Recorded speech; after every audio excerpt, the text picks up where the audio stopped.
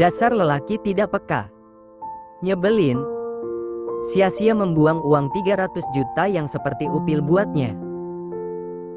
Gerutu JJ kesal sambil memakai baju dinasnya. Ih, ngapain juga GW pakai baju saringan tahu ini? Kesal JJ, lalu melepas baju itu dan mengganti dengan piyama lengan panjangnya. Untung saja ada beberapa baju tidur yang masih terlihat normal. JJ keluar dari ruang ganti dengan wajah yang sangat masam. Sayang, kok kamu pakai baju itu? Tanya Sander, tapi JJ hanya menatapnya sekilas tanpa menjawabnya, lalu duduk di depan meja rias. Sayang, aku keringkan ya rambutmu. Tidak perlu.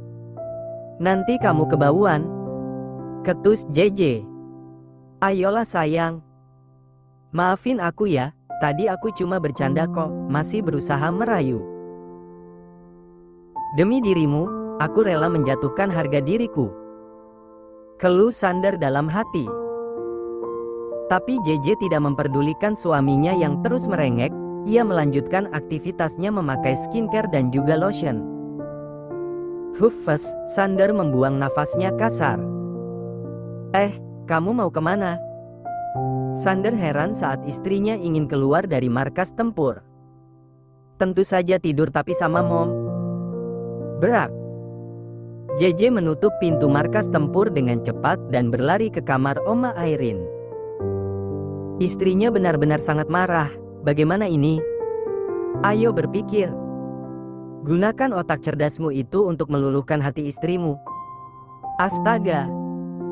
Kenapa hanya karena aku mengatakannya, Bau, bisa sampai semarah itu sih?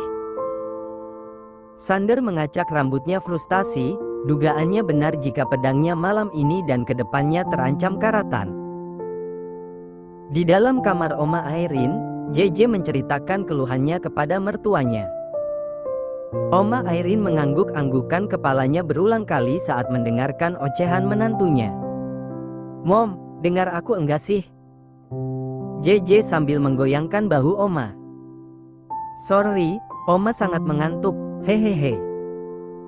Coba ulangi, ucap Oma Airin. Dengan sabar JJ menjelaskannya dari awal masalahnya. Jadi kamu dikatai bau setelah melakukan perawatan itu? JJ mengangguk. Hati aku sakit Oma, karena aku merasa tidak dihargai sama sekali, ucap JJ sedih. Anak kurang garam. Maki Oma. Beraninya dia mengatai menantuku yang kecantikannya ngalahin kecantikan Syahroni itu, kesal Oma Airin.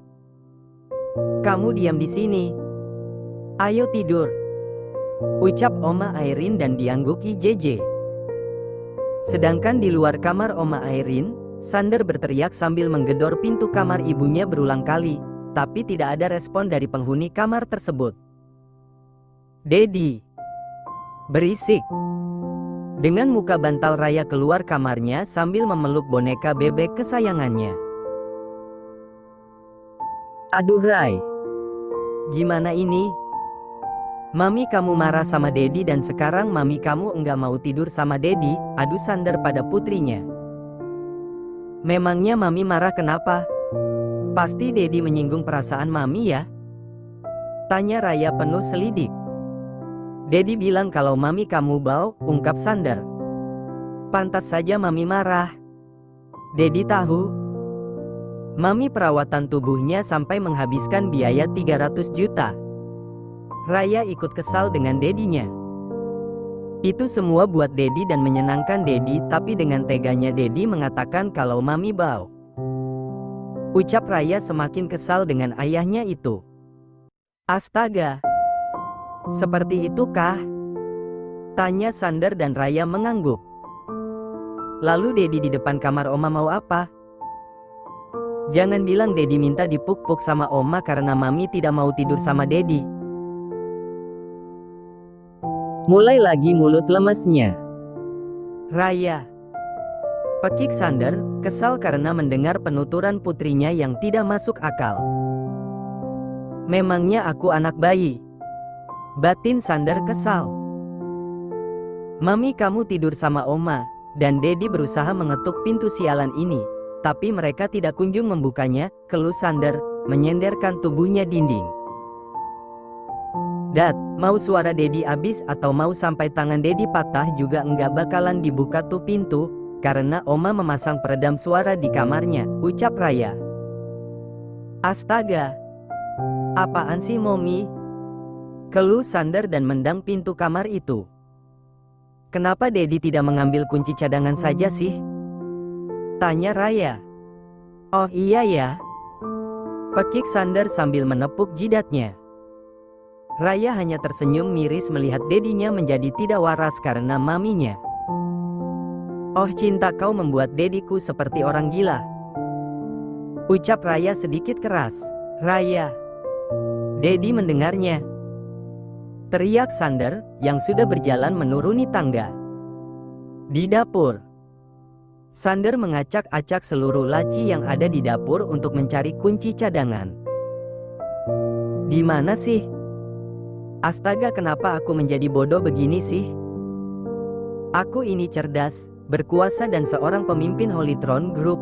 Hanya karena seorang wanita aku menjadi seperti ini. Tapi sialnya aku sangat mencintai wanita itu, gerutu Sander, sambil terus mencari kunci itu. Setelah setengah jam mencari dan membuat dapur seperti kapal pecah, tapi Sander tidak menemukan yang dicarinya. Para pelayan sudah pada terlelap karena sudah tengah malam. Sander menyugar rambutnya frustasi, sambil berpikir. Pak Men. Sander baru teringat jika Pak Men lah yang memegang seluruh kunci di rumahnya. Bodohnya diriku. Sander terus merutiki dirinya sambil berjalan menuju kamar Pak Men. Benar kata Raya, jika cinta telah membuatku seperti orang gila. Setelah mendapatkan kunci dari Pak Men, Sander bergegas menuju kamar Oma Irene dan membuka pintu itu perlahan. Sander mengangkat tubuh JJ dengan sangat pelan, karena istrinya sudah lelap dalam tidurnya. Akhirnya pedangku tidak jadi karatan. Hahaha, Sander tertawa pelan, saat sudah meletakkan JJ di atas tempat tidur di markas tempur. Pria itu segera melepas seluruh pakaiannya dan juga pakaian istrinya, lalu segera menindih tubuh ramping itu dan melancarkan aksinya. JJ melenguh dalam tidurnya.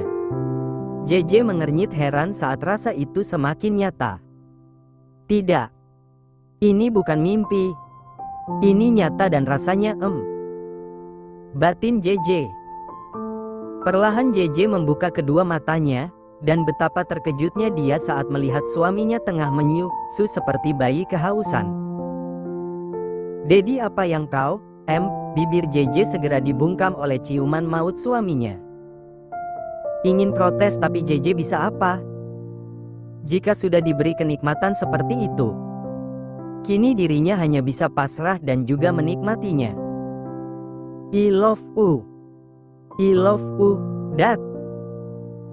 Rasa kesal dan kecewa di hati JJ luntur begitu saja dan tergantikan rasa puas dan nikmat yang ia rasakan saat ini. Pagi hari di kediaman keluarga Clark. Para pelayan melongo saat melihat dapur berantakan seperti kapal pecah. Mereka tidak banyak bertanya dan segera membereskan kekacauan itu, karena Pak Men sudah memberi peringatan keras. Sedangkan yang menyebabkan kekacauan itu, masih bergelung di dalam selimut bersama istri tercintanya, saling memeluk dalam keadaan masih polos dan saling memberi kehangatan. Setelah drama bangun tidur tadi, keduanya sudah akur dan sudah selesai mandi dan berpakaian. JJ membantu suaminya untuk memakaikan dasi. Tampannya suamiku, puji JJ, saat selesai memakaikan dasi ke leher suaminya. Kap. Sander mengecup bibir JJ sekilas. Maafkan aku, karena telah membuatmu marah. Sander menarik pinggang JJ agar semakin merapat ke tubuhnya. Iya, Dad. Maafkan aku juga karena terlalu kekanakan. JJ tersenyum dan menatap suaminya yang sudah terlihat sangat tampan itu. Sebenarnya, kau tidak perlu melakukan perawatan untuk mesfemu itu, karena milikmu sudah sangat sempit dan menggigit, ucap Sander, membuat JJ malu.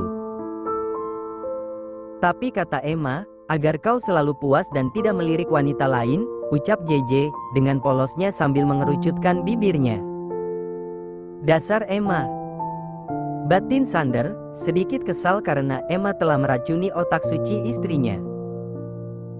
Tak tahan melihat bibir istrinya yang tengah mengerucut, Sander pun melumat bibir pink itu dengan lembut dan JJ membalasnya dengan lembut juga. I love you, bisik Sander ketika ciuman itu terlepas.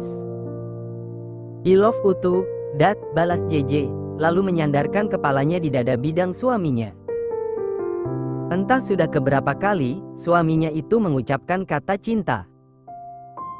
JJ merasa menjadi wanita yang sangat bahagia di dunia ini karena dicintai pasangan hidupnya dengan begitu tulus, begitu pula Sander merasakan hal yang sama. Raya mengernyit heran ketika melihat kemesraan Dedi dan Mami kecilnya saat di meja makan, beda dengan Oma Irene, yang ingin memukul kepala anaknya dengan centong nasi. Kenapa menatapku seperti itu? Tanya JJ. Kalian sudah berbaikan? Bukannya menjawab Raya, malah balik bertanya. Apa maksudmu, Mami dan Dedimu sedang bertengkar? Tanya Sander pada Raya. Sepertinya begitu, tapi kalian berbaikan begitu cepat. Padahal aku ingin melihat Dedi nangis guling-guling di lantai, ucap Raya, menatap sinis Dedinya. Teringat kejadian tadi malam ketika Dedinya seperti orang gila karena istrinya tengah merajuk. Kau. Tanda hubung. Sudah Dad, Raya, ayo makan, JJ menengahi. Apa kau memakai jurus katak melompat pagar? Tanya Oma Irene pada Sander. Katak melompat pagar? Beo JJ, membuat Oma Irene berdecak kesal. Jangan didengarkan ucapan Mommy, ucap Sander pada istrinya. Sander tahu jika Oma Irene tengah menyindirnya jika ia menaklukkan hati JJ di atas ranjang pertempuran. Peletak. Oma Irene melemparkan centong nasi kepada Sander. Kau berani menculik menantuku dari kamarku? Hah! Kesal Oma Irene. Mom sudah, kami sudah berbaikan, JJ menenangkan. Oma membuang nafas, lalu tersenyum menatap JJ. Katakan pada Mommy jika pria tua itu menyakitimu, JJ mengangguk saja. Dan kau, jika berani membuat sedih menantuku lagi, bersiaplah pedang panjangmu itu akan kupatahkan, ucap Oma Irene, sambil mematahkan sendok, membuat Sander bergidik ngeri sambil membekap pedangnya di bawah sana.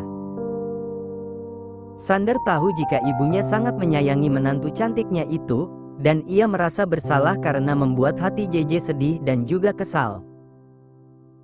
Habislah Dedi, hai, ledek Raya, membuat Sander melotot. Diam kamu. Kesal Sander, bukannya takut Raya malah tertawa terbahak. Itu juga berlaku untuk Devan, Raya. Tegas Oma Irene. Lihat jika pria itu berani menyakitimu. Janganlah Oma, nanti aku tidak merasakan enak-enak jika Oma mematahkan goloknya, ucap Raya. Golok. Pekik ketiga orang tersebut bersamaan. Astaga. Aku rasa di keluarga Clark ini semua tidak ada yang beres. Yang satu pedang dan yang satunya golok, ucap JJ sambil menggelengkan kepalanya. Iya, dan lebih herannya lagi, jodoh kita sama-sama pria berumur. Hahaha, Raya tertawa keras. Sander menatap istrinya dengan tajam. Hehehe, bercanda sayang, ucap JJ lalu memeluk suaminya. Ya kau benar J. Mom sampai heran kepada kalian. Apakah mata kalian ini rabun atau katarak? Jelas-jelas Sander dan Devan itu pria tua. Ucap Oma Irene, menekan kata tua. Mom. Kesal Sander. Apa? Mommy mengatakan yang sejujurnya. Harusnya kau memeriksakan mata istrimu itu ke dokter mata, kesal Oma Irene. Ia masih kesal pada putranya karena mengambil JJ dari kamarnya. Astaga! Ucap Raya, lalu tertawa terbahak. Sander dengan cepat memakan sarapannya, daripada berdebat dengan ibunya yang tidak akan ada habisnya. Sedangkan JJ hanya bisa menahan tawanya saat mendengar ucapan absurd ibu mertuanya.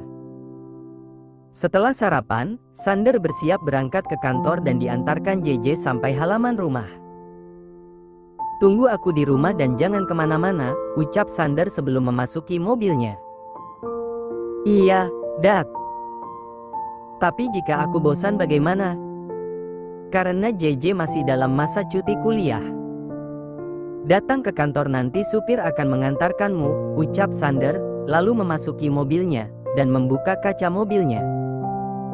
"Dedi tidak menciumku?" tanya JJ, karena suaminya tidak melakukan ritualnya itu. Sander tersenyum, kemudian keluar dari mobilnya lagi lalu mencium kening dan bibir istrinya sekilas. "Dasar bucin," Raya meledek, saat melihat mobil Sander sudah keluar dari pintu gerbang rumah. "Biarin, welek," balas JJ menjulurkan lidahnya. "Mami kecilku, lucu sekali sih. Apa tadi malam lo dikasih enak-enak sama Dedi, makanya lo bisa luluh cepat?" tanya Raya, menaik turunkan alisnya. "His, apaan sih?" JJ tersipu malu. "Berarti benar kata Oma jika Dedi menggunakan jurus katak melompat pagar, hahaha." "Apaan itu?" tanya JJ penasaran. "Dedi melompat-lompat enak di atas ranjang bersama mami kecil, hahaha." Raya tertawa terbahak. "Raya, waktu bergulir begitu cepat, kini usia pernikahan Sander dan JJ sudah 1 bulan lebih 2 hari dan JJ sudah mulai masuk kuliah lagi. Sedangkan persiapan pernikahan Devan dan Raya sudah berjalan 40%. Universitas XXX. J, lo dari mana aja? Sebulan ini enggak masuk dan juga lo sekarang masuk pagi." Begitu pertanyaan teman-teman JJ. Karena sudah sebulan tidak masuk kuliah, mereka begitu sangat kehilangan sosok JJ sebulan itu, ditambah lagi JJ pindah jadwal kuliah. "Iya sorry ya teman-teman, soalnya GW ada keperluan," jawab singkat JJ. "Ah, lo gak asik. Lo dah marit. Gila ini cincin berlian limited edition," pekik teman JJ, saat melihat ada cincin berlian melingkar di jari manisnya. "Hehehe, ini termasuk alasan GW cuti 1 bulan karena honeymoon." JJ tidak menutupi statusnya, ia berpikir temannya berhak tahu statusnya saat ini. "Teman apaan lo? Masa lo nikah gak ngundang sih?" kesal salah satunya. "Iya nih. Lo enggak anggap kita lagi?" sambung salah satunya. Laki lo pengusaha ya? Secara tuh cincin harganya miliaran rupiah." "Ya gitu hehi, makanya suami aku enggak mau mempublikasikan pernikahan kami," jawab JJ sekenanya. 5 teman yang sedang mengerubungi JJ, mengangguk mengerti. "Pasti laki lo ganteng banget dan pasti seperti Opa Jimin secarakan JJ primadona di kampus ini," ucap salah satunya heboh. "Hehi, lebih ganteng malahan," ucap JJ. Memang benar kan jika suaminya sangat tampan dan juga sangat hot, apalagi jika di atas arena pertempuran. "Aduh, pikiran GW jadi mesum gini," batin JJ, karena membayangkan mengasah pedang bersama suaminya. Setelah berbincang sebentar dengan teman-temannya, JJ memutuskan pulang sedangkan para temannya sudah memasuki kelas. "Lalu di mana Raya?" Raya izin ingin pergi ke suatu tempat dan JJ mengizinkan asalkan pulangnya jangan sampai telat. JJ pulang bersama supir pribadinya yang sudah disiapkan oleh suaminya jauh-jauh hari, karena Sander tidak bisa mengantar jemput JJ karena kesibukannya di kantor dan JJ pun tidak masalah, karena sebagai istri ia cukup mengerti pekerjaan suaminya. Setelah sampai rumah JJ membersihkan tubuhnya dan segera memakai pakaiannya, lalu merebahkan dirinya di atas tempat tidur karena belakangan ini ia merasa mudah lelah dan mengantuk. Dan benar belum ada 1 menit ia merebahkan dirinya di atas tempat tidur, JJ sudah terlelap dalam tidurnya. Sedangkan di tempat lain, Devan menggeliat dalam tidurnya saat merasakan ada sesuatu yang bermain di dadanya. Sayang. Pekik Devan terkejut saat melihat Raya tidur di sampingnya. Bagaimana tidak terkejut jika dirinya dalam keadaan polos tanpa sehelai benang karena Devan mempunyai kebiasaan buruk, jika tidur tidak pernah mengenakan pakaiannya sama sekali. Hih, calon istri datang kok malah gitu. Kesal Raya mencebikkan bibirnya kesal. Ceka, bukan begitu sayang, aku sedikit terkejut saja. Devan lupa jika ia memberikan kartu akses untuk Raya. Minggir dulu Gih, ucap Devan.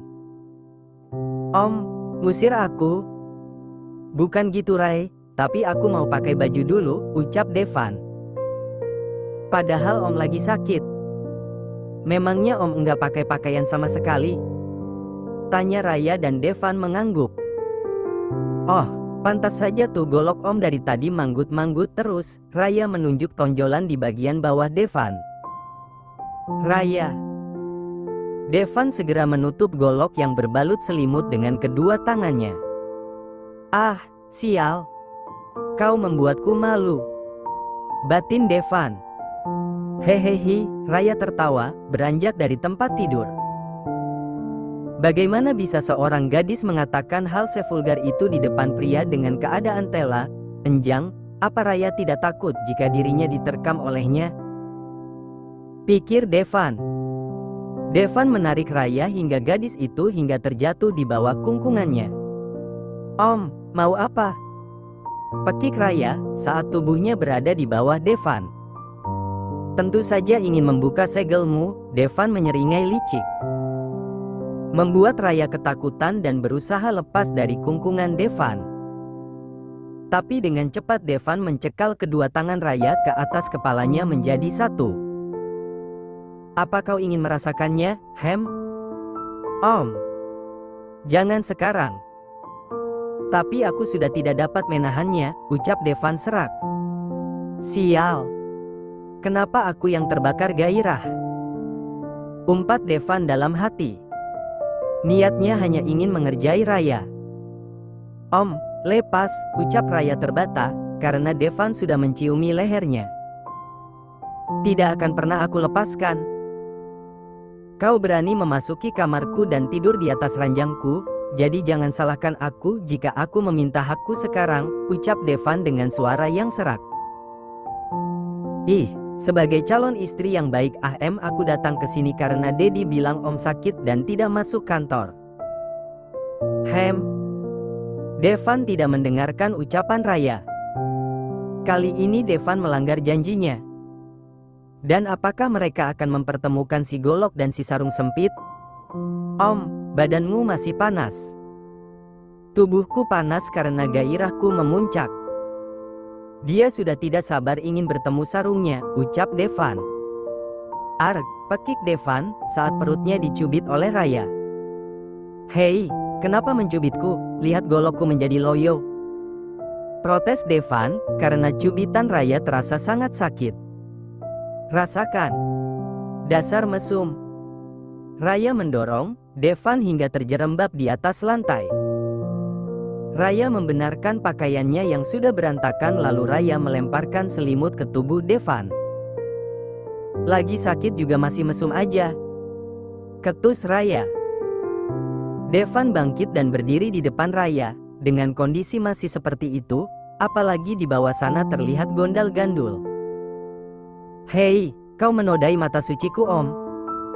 Pekik Raya menutup kedua matanya. Cih. Padahal kau sangat menikmatinya kan? Jadi sekarang kau harus bertanggung jawab, ucap Devan menghampiri Raya yang masih di atas tempat tidur. Iya nanti aku tanggung jawab, bukankah kita sebentar lagi menikah, ucap Raya, tidak mengerti maksud Devan. Sini kau. Ucap Devan saat Raya berjalan menjauhinya. Tidak mau. Aku ini gadis lugu dan polos jadi menjauhlah dariku Om mesum. Raya.